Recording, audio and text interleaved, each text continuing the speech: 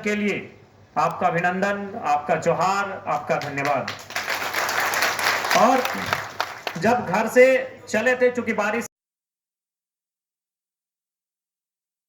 सभा कार्यक्रम मंच से नहीं बल्कि खुले मैदान पर क्या करते थे, तो बारिश का मौसम था, तो धनबाद, बोकारो, गिरिडीह में भी बहुत सारे जो हमारे विपक्ष के साथी हैं वो कह रहे थे कि धनबाद बोकारो नहीं है विधायक जी, वहां जाएंगे तो 4 को लोग नहीं आएंगे। हम बोले अच्छा है, कोई बात नहीं, लेकिन शायद वे लोग भूल गए थे।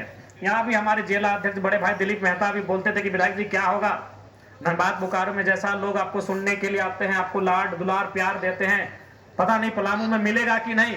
तो शायद उन लोग वे लोग भूल गए थे कि पलामू को टाइगर की धरती कहा जाता है।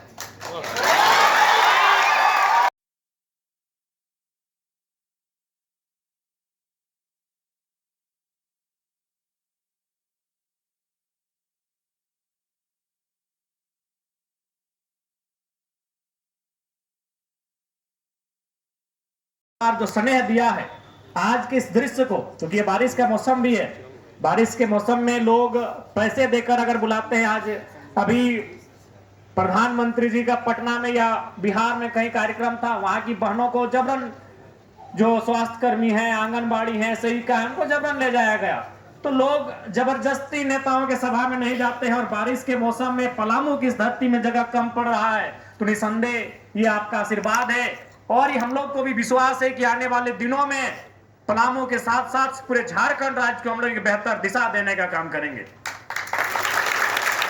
पलामू, पलामू यानी पलास, पलामू का प यानी पलास, ला यानी ला, और म यानी महुआ।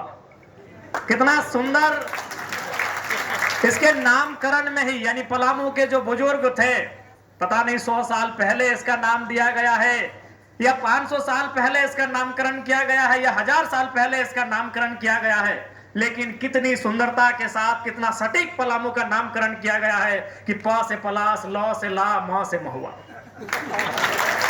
क्या क्या सौभाग्य रहा होगा पलामू वासियों का, क्या इतिहास रहा होगा पलामू वासियों का, क्या भूगोल रहा होगा पलामू वासियों का। ये पलामू का 3 अक्षर का नाम बता रहा है कितना गौरवशाली रहा होगा ये पलामू।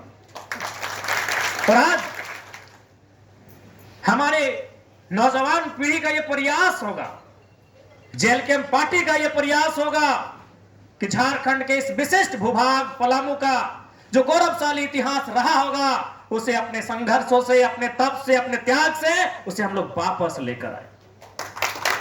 आज जिस पलामू को उसके नाम से ही सुनकर, उसके नाम के मतलब को जानकर हमें गौरव महसूस होता है, हमें गर्व महसूस होता है, आज उस पलामू को लोग पलायन के लिए भी जानने लगे हैं। आज उस पलामू को एक निर्जन स्थल के रूप में भी जानने लगे हैं। आज उस पलामू को कहीं ना कहीं करप्शन के रूप में भी लोग जानने लगे हैं। तो आज हमें आवश्यकता है पुनः अपने गौरवशाली इतिहास से प्रेरणा लेते हुए इस पलामू को पुनः सुंदर और सुसज्जित बनाया जाए। इसके लिए आज हमें मेहनत करने की आवश्यकता है, ये मैं नौजवान साथियों से कहना चाहूंगा। आज वर्तमान में झारखंड मुक्ति मोर्चा के नेतृत्व में सरकार है। चुनाव से पहले, शायद इससे पूर्व के चुनाव में, उनके जो टीम के कैप्टन हैं माननीय हेमंत सोरेन जी, उनके मुख से ही मैंने सुना था कि यदि उनकी सरकार आएगी तो पलामू को उप राजधानी बनाएंगे। मुझे लगता है आज आवश्यकता है पलामू को एक नई उप राजधानी बनाने की। और निस्संदेह मैं ये नहीं कहूंगा,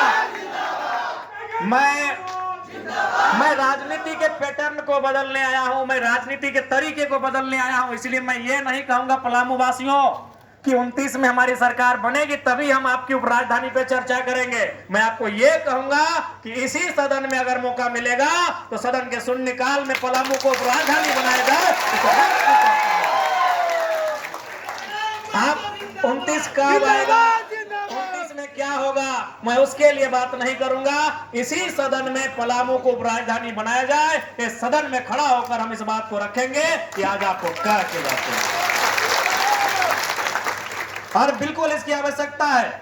आज हम भी जब घर से आए तो हमने अपने अंगरक्षकों से कहा, हमारे जो ड्राइवर हैं, चालक हैं, उनसे कहा, हमारे जो साथी हमारे साथ आए हैं उनसे कहा कि आप लोग गूगल कीजिए कि किधर से रास्ता सही है पलामू जाने का।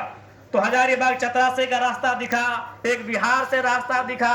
तो इन्होंने कहा विधायक जी रास्ता तो सामने आपका चतरा हजारीबाग से पड़ेगा, लेकिन अगर आप लोग थोड़ा चूंकि आपको स्पीड पसंद है तो गया होके ही जाना होगा। बोले देखिए चूंकि हम लोग समय के पाबंद है, हम लोग 10 किलोमीटर एक्स्ट्रा चलेंगे, लेकिन गया औरंगाबाद होके ही चलिए। तो इससे ये प्रतीत होता है कि आज सुविधाओं के लिए, आवागमन के लिए आवश्यकता है कि पलामू को, ये कोई भाषण नहीं, ये कोई चुनावी एजेंडा नहीं, पलामू की जनभावना है कि पलामू को उपराजधानी बनाया जाए। ये लोगों की जरूरत है, एक आम जनता की जरूरत है कि पलामू को उपराजधानी बनाया जाए।